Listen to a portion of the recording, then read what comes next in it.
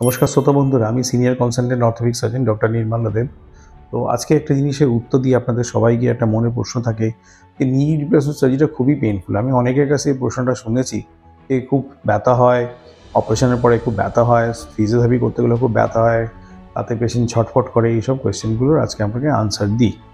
প্রথম কথা হচ্ছে, আমাদের যেমন টেকনোলজি ইমপ্রুভ করছে উইথ রোবোটিক নি সার্জারি, সেরকম আমাদের অ্যানাস্থেসিয়া টেকনিক্সও খুব ভালো এসছে। বিগত 10-15 বছর ধরে এখানে প্র্যাকটিস করা হচ্ছে, কি তারও বেশি হবে। যেখানে আমরা লোকাল নার্ভ ব্লকস দিই, সেগুলো বলা আমরা রিজনাল ব্লকস। সেটা যেন পেশেন্ট 24 to 48 আওয়ার্স করলে অ্যাবসলিউটলি পেন ফ্রি থাকে। যে কোনো অপারেশনের মধ্যেই ইন্টেন্স পেন হয় 24 to 48 আওয়ার্সের মধ্যে, বিশেষ করে 24 ঘন্টার মধ্যে, প্রথম 24 ঘন্টা। তারপরে যে ব্যথাটা হয়ে যায় ব্যথাটা খুব কম মাত্রায় হয়, যেটা প্যারাসিটামল দিয়ে উনি কন্ট্রোল করা যায়। সে অনেক যেটা ভয় থেকে ভাবছেন যে 24 ঘন্টা পরে তাহলে ব্যথাটা কি খুব বেশি করে আসবে, খুব আমাকে অবস্থা কাহিল করে দেবে। তা আদৌ নয়, কারণ মেন যে ওয়েভটা সেটা 24 ঘন্টার মধ্যে যখন আসে, যখন কন্ট্রোল হয়ে যায়, তারপরে ব্যথার ইন্টেন্সিটিটা আমরা অনলি প্যারাসিটামল দিয়ে কন্ট্রোল করে দিতে পারি।